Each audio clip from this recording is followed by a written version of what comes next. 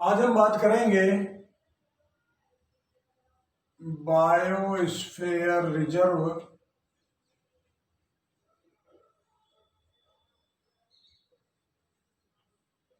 Sacred groove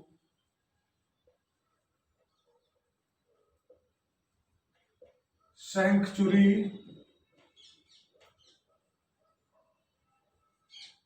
national park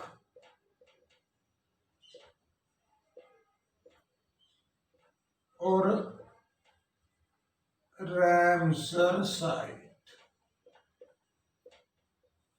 conservation में, biodiversity conservation में ये सारी चीजें इंपॉर्टेंट हैं।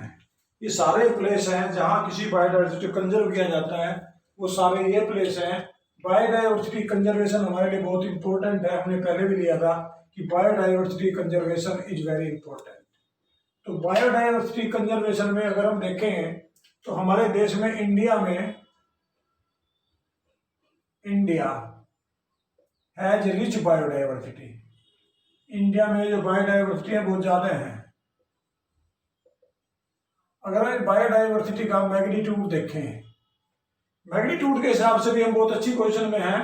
पूरी दुनिया के 7.6% तो हमारे पास मैमल की वैरायटी है।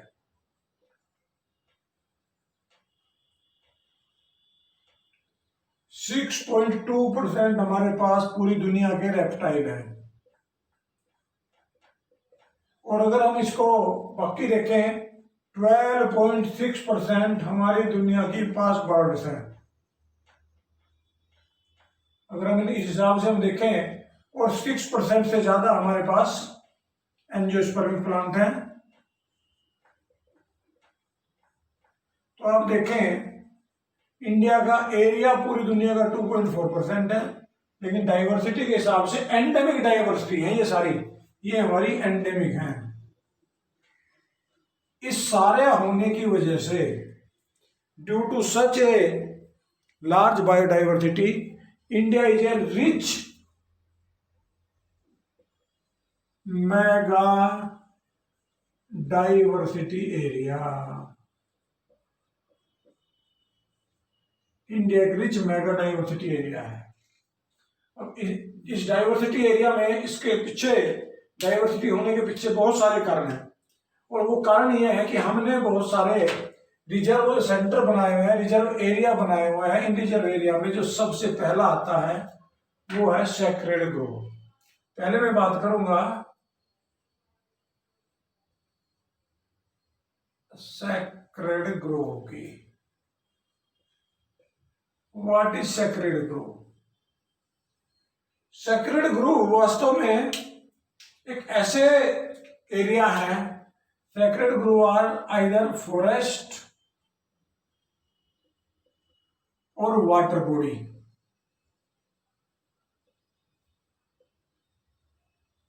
which due to religious view, हमारी धार्मिक भावना की वजह से या किसी वर्शिप की वजह से, और वर्शिप आर प्रोटेक्टेड, वो हमारे लिए इतने पूज्य हैं, इतने हमारे लिए देखभाल करने के हो गए, हम उनको छेड़ते ही नहीं है। For example, in Rajasthan there are sacred forest. आपको ध्यान होगा, सलमान खान ने हिरन मारा था सेक्रेड फॉरेस्ट में। उसके लिए उन्होंने उसको घेर लिया था, वो उसको मारने को तैयार थे। अगर वहां सिक्योरिटी ना आती तो वो उसकी हत्या भी कर सकते थे। तो such feelings are with the sacred group. Sacred group के साथ लोगों की कितनी भावनाएं जुड़ी हैं। कर्नाटक में भी कुछ जंगल सेक्रेड ग्रुप के हैं, मध्य प्रदेश में भी कुछ सेक्रेड ग्रुप का एरिया है। इसके अलावा हमारे बहुत सारे, महाराष्ट्र में, मेघालय में,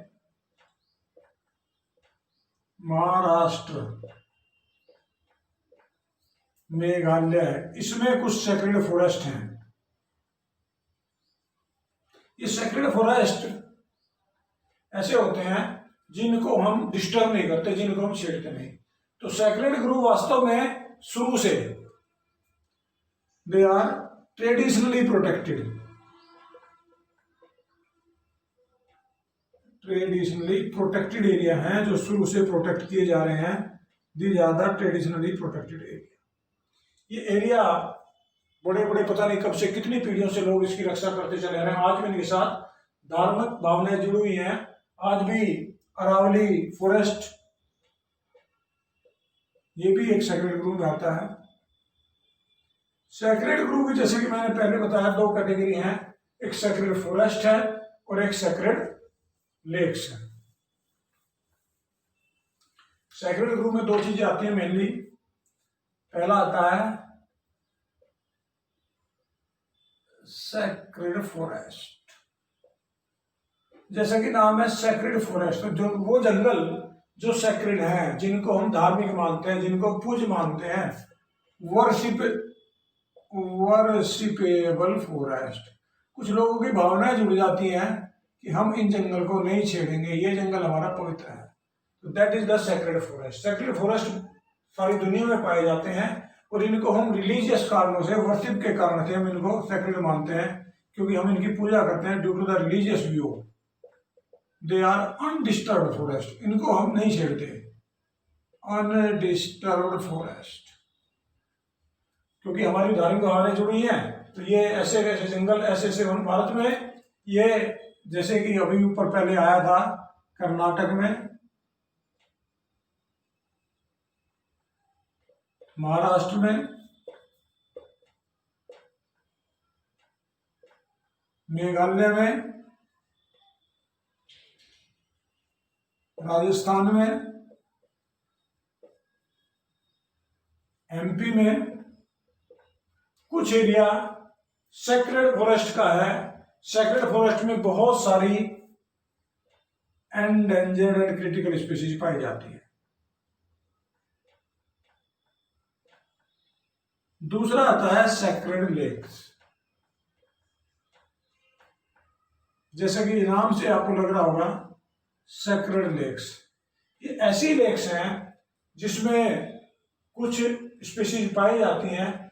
सिक्किम में एक बड़ी famous, in Sikkim a very famous sacred lake खेचो Pallavi,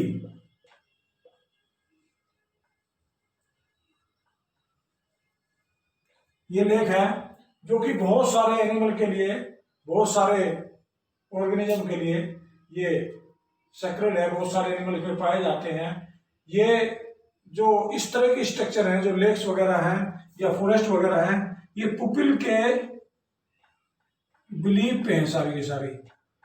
लोगों का ये धारणा ऐसी बनी हुई है, लोग ये सोचते हैं कि ये जंगल हमारे लिए बहुत पूज्य है। हमारी धार्मिकता, हमारे कुछ रीति रिवाज, हमारे कुछ ऐसी मान्यताएं या कुछ अंधविश्वास मान लो, या कुछ लोगों की भावनाएं मान लो, कुछ लोगों की पूजा पद्धति मान लो, कि इन जंगल से अपना इतिहास या इन जंगल से अपनी प्रगति या इन जंगल को वो शुभ मानते हैं, जिसकी वजह से इन जंगलों को छेड़ा नहीं जाता। तो ये तो था हमारा सैक्रेड ग्रुप, सैक्रेड फॉरेस्ट और सैक्रेड। अब सैक्रेड में जो ऑर्गेनिज्म पाए जाते हैं, वो ऑर्गेनिज्म भी बड़े इंपॉर्टेंट हैं। हमारे यहाँ बहुत सारे ऑर्गेनिज्म सैक्रेड ग्रुप में पाए जाते हैं। सैक्रेड ग्रुप में हमारी कुछ रिलीजियस भावनाएं जैसे जुड़ी हुई हैं। दूसरे आते हैं हमारे बायोस्फीयर रिजर्व।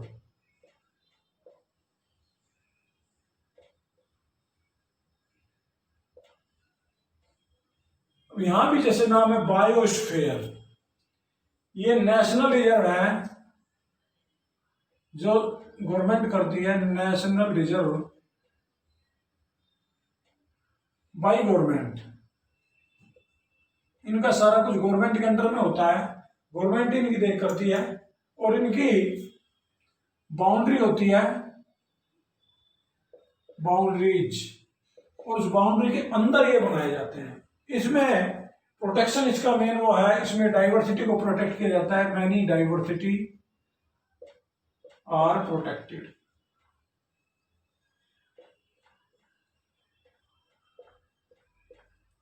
बायोस्फीयर रिजर्व को संक्षेप में बीआर बोलते हैं, बायोस्फीयर रिजर्व। भारत में बहुत सारे बायोस्फीयर रिजर्व हैं।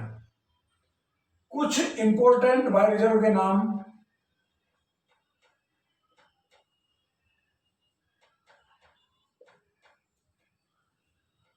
सबसे पहला कर्नाटक में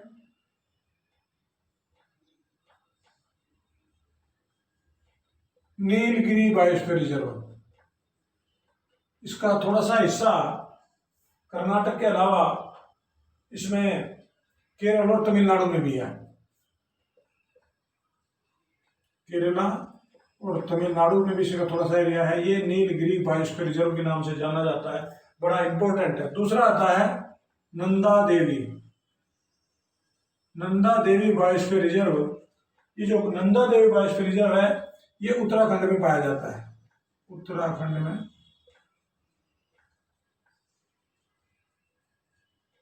तीसरा है नोरकेक।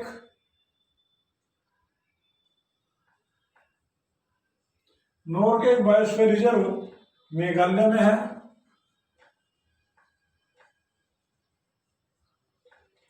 और great Nicobar reserve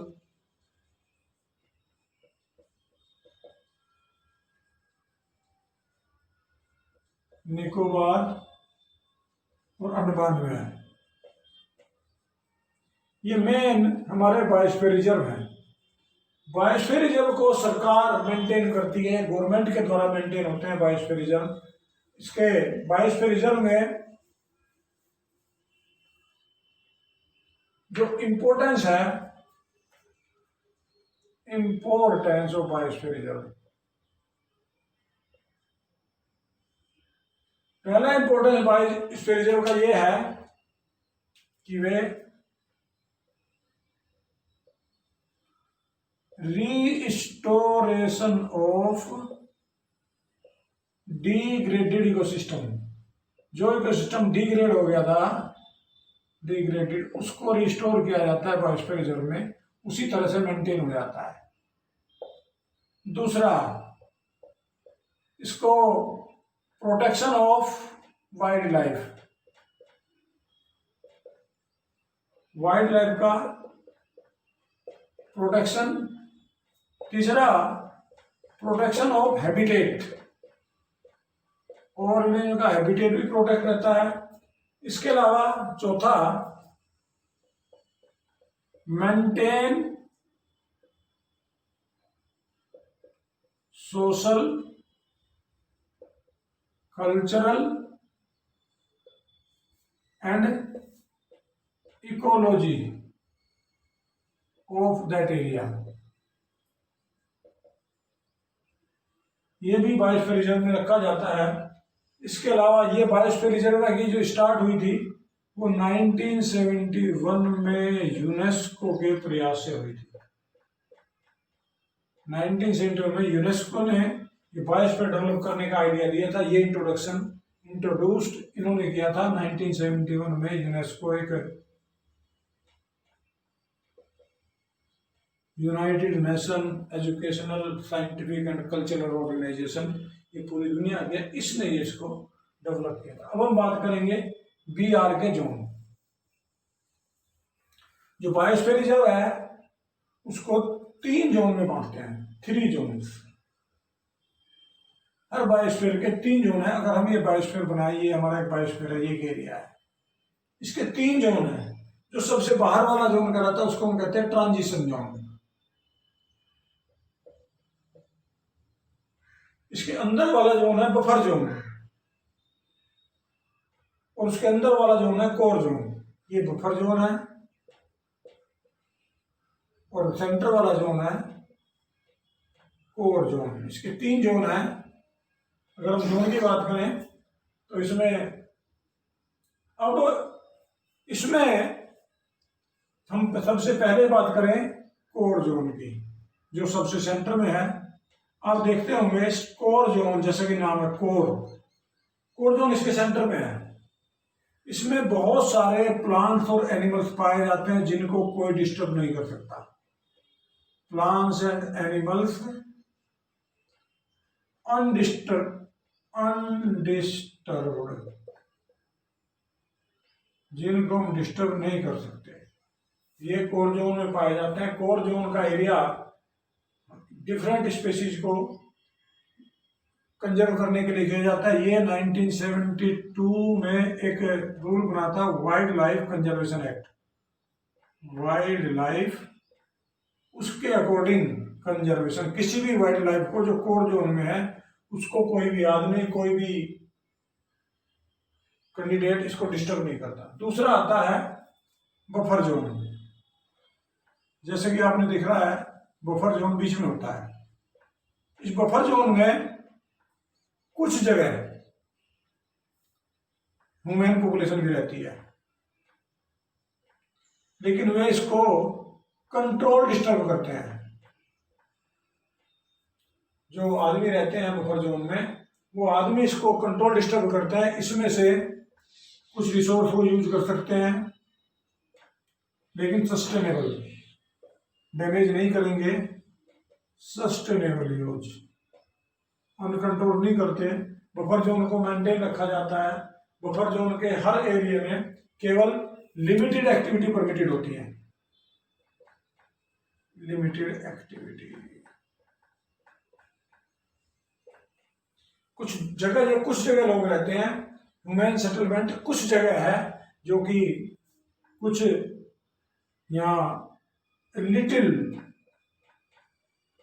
human settlement,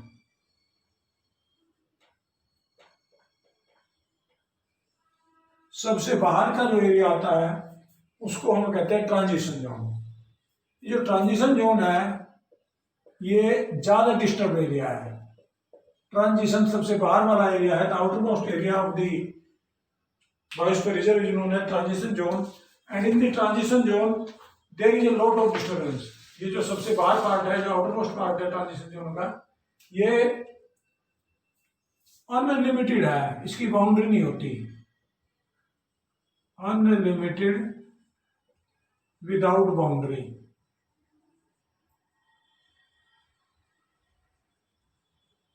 इसमें को कोई रोड भी जा सकती है, रोड में भी कोई ट्रैफिक भी जा सकता है, सड़कें निकाली जा सकती हैं इस एरिया में। को इस एरिया में डिस्टर्बेंस होता है, लेकिन ये इसमें इस एरिया में कोई नज़दीक कोई फार्म भी हो सकता है, कोई फील्ड वर्क भी हो सकता है, कोई एग्रीकल्चर ग्राउंड लैंड भी हो सकती है। तो ये सारा का सारा जो एरिया है ये सेटलमेंट जोन, इसमें ट्रांजिशन जोन में तो ये 3 जोन है, तीनों ही जोन इंपॉर्टेंट है। तीनों ही जोन को प्रोटेक्ट करना बहुत जरूरी है।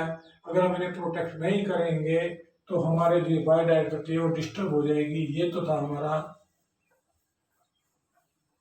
Biosphere reserve. अब नेक्स्ट आता है national park. The third one is national park.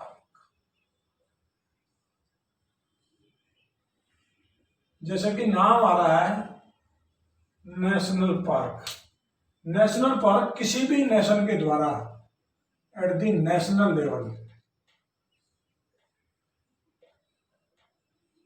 An area protected for wild life, ये भी वाइल्ड लाइफ के लिए प्रोटेक्टेड एरिया है। इसमें लेकिन इसमें उनको नेचुरल हैबिटेट में रखा जाता है, नेचुरल हैबिटेट। हम क्या करते हैं नेशनल पार्क में, ये एक बाउंड्री बना देते हैं बस।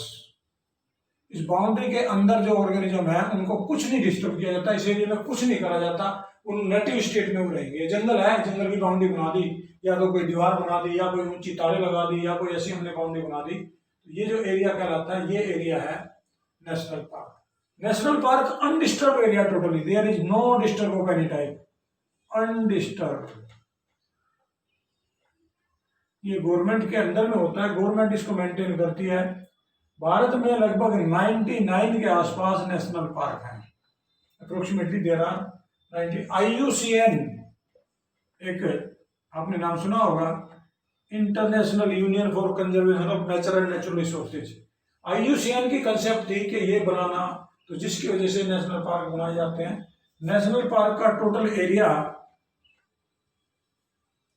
इस दुनिया में लगभग 33,98814 स्क्वायर किलोमीटर के एरिया में इस दुनिया में नेशनल पार्क है। नेशनल पार्क केवल 1% हमारे देश में टोटल एरिया का 1% पे नेशनल पार्क बने हुए हैं। That is the 1% of Indian area. हमारे एरिया के 1% के लगभग ये नेशनल पार्क बने हुए हैं। कुछ नेशनल पार्क की मैं जानकारी आपको देता हूं। आपने सबसे पहले जो फर्स्ट नेशनल पार्क जो भारत में बना था, जिम कॉर्बेट ने बनाया था, उसको कहते हैं, उसी के नाम पे इसका नाम है कॉर्बेट नेशनल पार्क। और ये जो कॉर्बेट नेशनल पार्क है ये नैनीताल में है। और ये नैनीताल उत्तराखंड में पड़ता है। पहले यूपी में था, अब ये उत्तराखंड में चला गया। ये पहला नेशनल पार्क है जो। दूसरा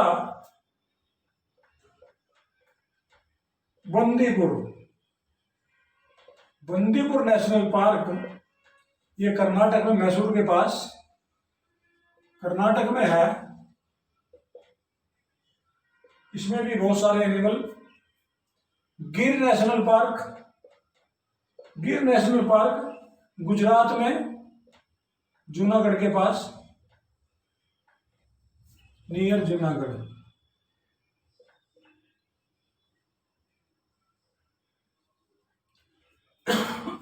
हजारीबाग नेशनल पार्क बिहार में है।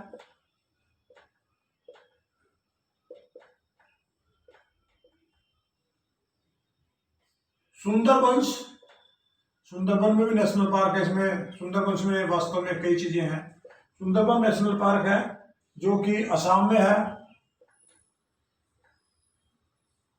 इसके अलावा Thar desert national park, Thar desert है, उस थार डेजर्ट में नेशनल पार्क है। तो ये कुछ इंपोर्टेंट नेशनल पार्क थे जिनको गवर्नमेंट मेंटेन करती है। इसके अलावा भी कुछ नेशनल पार्क हैं, लेकिन सबसे इंपॉर्टेंट बात कि सबसे पहला जो नेशनल पार्क था जिम कॉर्बेट ने बनवाया था। इसके नाम पे इसका नाम रखा गया है Corbett national park. This park was made in the Nainital and first the Nainital was in the UP, now this Nainital is in Uttarakhand. ये तो था हमारा नेशनल पार्क। इसके बाद हम आगे चर्चा करेंगे सैंक्चुरी और रेमसर साइट।